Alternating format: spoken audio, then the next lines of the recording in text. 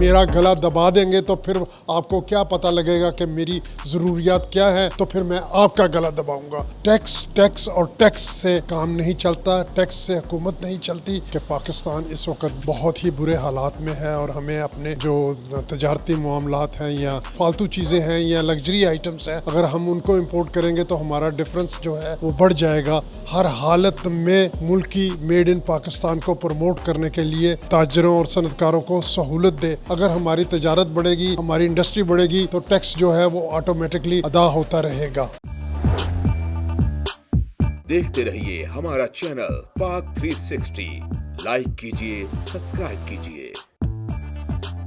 अच्छा सर बताइएगा, जो इस वक्त जो है मौजूदा सूरत हाल चल रही है पाकिस्तान की, जो हालात जो है वो बदतर से बदतर होते जा रहे हैं, आपका एक 60-70 साल का एक्सपीरियंस है बिज़नेस कम्युनिटी में, तो क्या देख रहे हैं कि आने वाला मुस्तकबिल क्या है पाकिस्तान का? जी बहुत शुक्रिया, आपने ये बहुत अच्छा सवाल किया है और मैं समझता हूँ कि पाकिस्तान इस वक्त बहुत ही बुरे हालात में है और हमें अपने जो तजारती मामलात हैं या हमारे इंडस्ट्री के मामलात हैं उनको बेहतर बनाने की ज़रूरत है।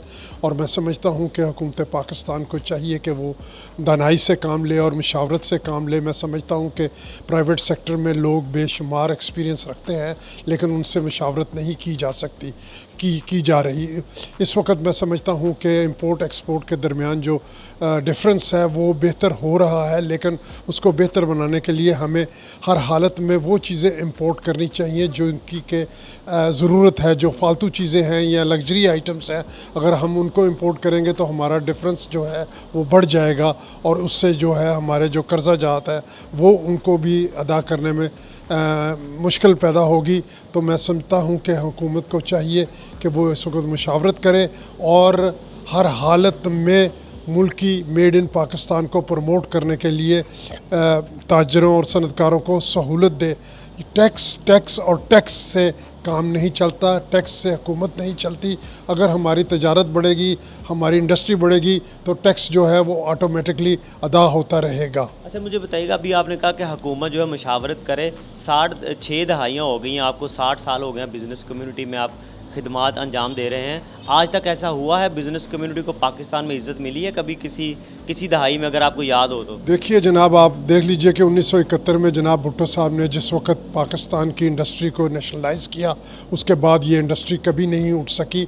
आप देखिए 1947 में जो पाकिस्तान बना था वो फलता हुआ फूलता हुआ पाकिस्तान था और 1968 में हमारी जो GDP रेट था वो 5.7 से आगे निकल चुका था और दुनिया ये समझती थी कि हम एशियन टाइगर बन जाएंगे, लेकिन पाकिस्तान को नज़र लग गई और पाकिस्तान की जितनी भी इंडस्ट्री थी वो बंद हो गई और जो इंडस्ट्रियलिस्ट था वो दूसरे मुल्कों में चला गया।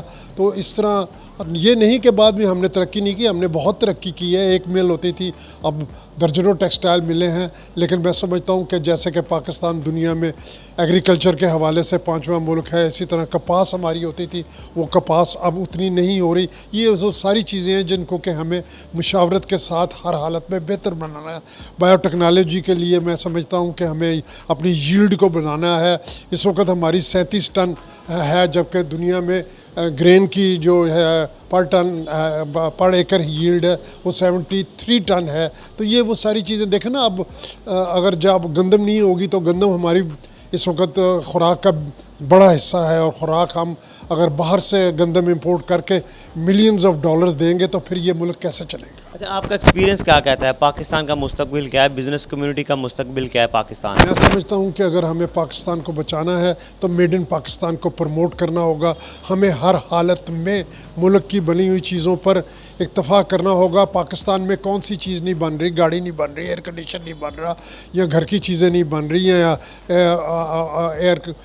ट्रक नहीं बन रहा है, या टायर नहीं बन रहा है, या फ़िल्टर नहीं बन रहा है, या चावल नहीं उग रहा है। मैं समझता हूँ कि पाकिस्तान में हर चीज़ मौजूद है, सिर्फ जो है वो पाकिस्तान की जो आज़ादी की कीमत है उसको अदा करने के लिए हमें कोशिश की ज़रूरत है, काविश की ज़रूरत है। अच्छा आजिज़ साहब, चूँकि अब आपका टाइम बहुत कीमती है, लाहौर चैम्बर की जो इस वक्त सियासत है उसमें बहुत से ग्रुप्स नए बन रहे हैं, दोस्तियां टूट रही हैं, सारे मामलात ख़राब हो रहे हैं। तो आप चूँकि सीनियर हैं माशाल्लाह, आपकी कही बात जो है वो बड़े मायने रखती है। तो आप नए नौजवानों को, नए ग्रुपों को, नए लोगों को क्या मैसेज देना चाहेंगे? मैं समझता हूँ कि بدلتے ہوئے حالات کے ساتھ ساتھ دنیا میں چیزیں بھی تبدیل ہوتی ہیں اور معاملات بھی تبدیل ہوتے ہیں، اور یہ تبدیلیاں جو ہیں وہ آٹومیٹک ہیں اور یہ ہونی بھی چاہیے، لیکن اس میں بہتری کا پہلو نکلنا چاہیے۔ میں سمجھتا ہوں کہ جیسے فاؤنڈر کے حساب سے جب ہم نے چیمبر بنائی تھی تو ہم نے فاؤنڈر کو پروموٹ کیا تھا، اب بھی فاؤنڈر کی جڑیں جو ہے بڑی مضبوط ہیں،